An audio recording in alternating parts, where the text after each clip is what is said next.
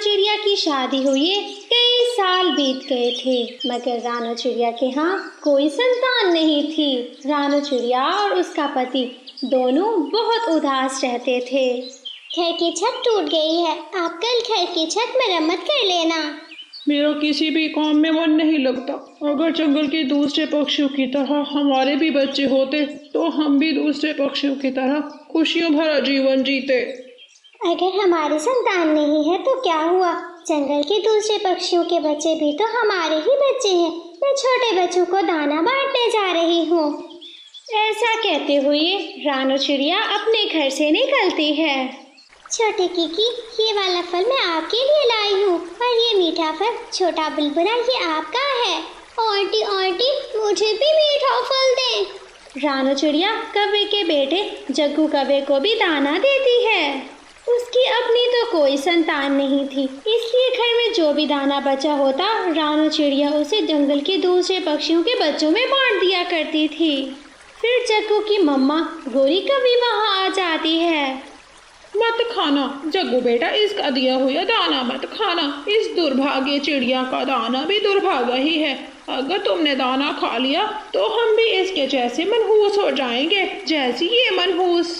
गोरी बहन, मैंने क्या किया है? मैं तो इन बच्चों के लिए खाने पीने की चीजें लेकर आई थी। नहीं लेगा मेरा बेटा, तुमसे कोई दाना नहीं लेगा। तुम्हारा घोंसला खाली है, तू बांझ है बांझ, और तुम्हारा घोंसला हमेशा खाली ही रहेगा। चल मेरा बेटा जग्गू। जग्गू वो चीज फेंक देता है और अपनी माँ गोरी के साथ चला जाता है। आज चिड़िया का दिल टूट चुका था, वो बहुत रोती है। शाम के बाद वो रोते हुए अपने घर चली जाती है। रानो, क्या बात है? आज आप बहुत परेशान लग रही हो। अगर ऊपर वाले ने हमें संतान नहीं देनी तो वो मुझे भी ऊपर बुला ले। अब रोज रोज के ताने मैं नहीं सुन सकती। दूसरे पक्षी मुझे दुर्भागा कहते हैं और तो और मुझे बांझ होने का ताना देते हैं। तुम ऐसे दिल थोड़ा ना करो, हमेशा अच्छे की उम्मीद रखो। ऐसे ही कुछ दिन गुजर जाते हैं। फिर एक दिन कबूतर दौड़ा दौड़ा चिड़िया के पास आता है।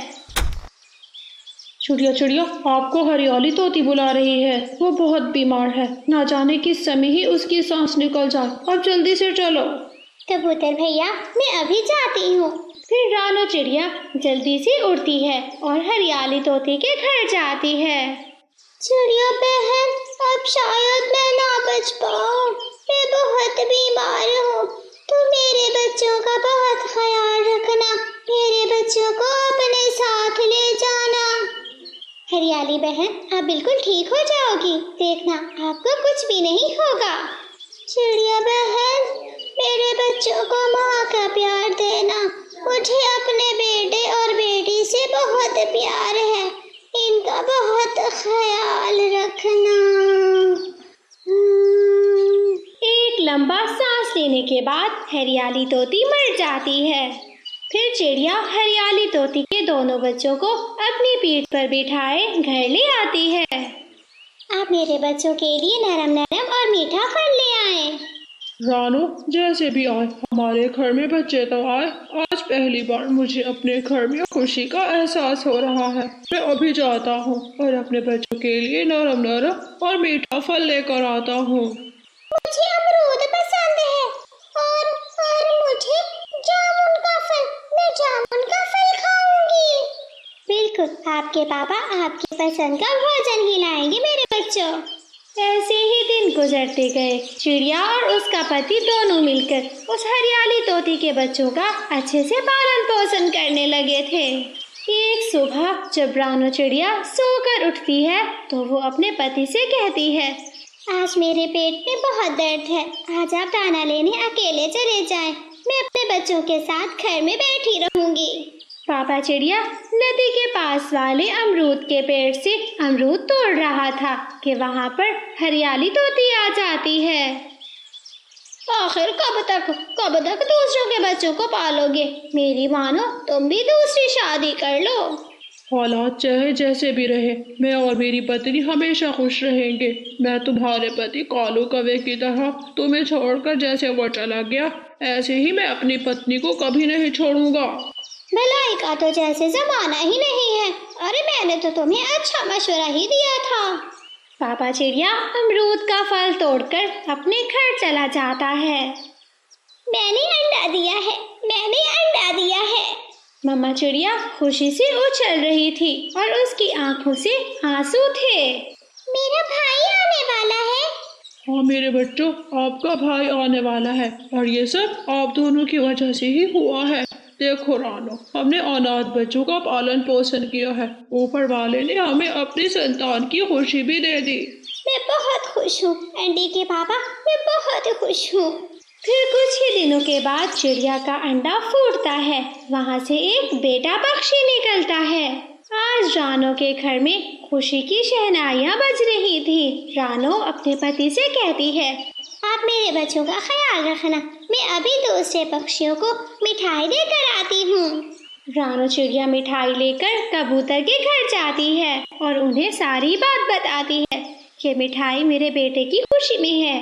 जग्गू जग्गू बेटा, जाकर पूछ कर आओ कि वो चिड़िया मिठाई किस लिए बांट रही है।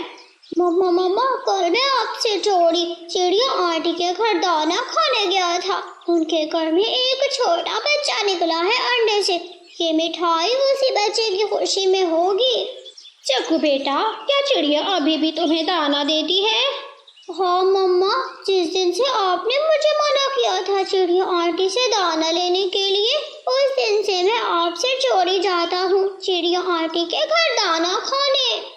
ये चिड़िया तो बहुत दयालु है। दयालुपन की वजह से ही ऊपर वाले ने इसकी सूखी गोद हरी कर दी है। चिड़िया गौरी के घर भी मिठाई लेकर आ जाती है। गौरी बहन, अब मैं दुर्भाग्य नहीं हूँ। मेरे घर में भी एक छोटा सा बच्चा आया है। लो, आप भी मिठाई खा लो। ये सब सुनकर गौरी कवि चिड़िया से बहुत शर्मिंदा थी। वो मिठाई ले लेती है। चिड़िया, मैं बहुत शर्मिंदा हूँ, मुझे माफ कर दो। तुम्हारा दिल तो बहुत बड़ा है, सागर से भी बड़ा दिल है तुम्हारा। प्यारे दोस्तों, ऐसी कहानियाँ देखने के लिए हमारे चैनल को सब्सक्राइब, हमारी स्टोरी को लाइक और दोस्तों के साथ शेयर करना मत भूलिएगा। आपका धन्यवाद।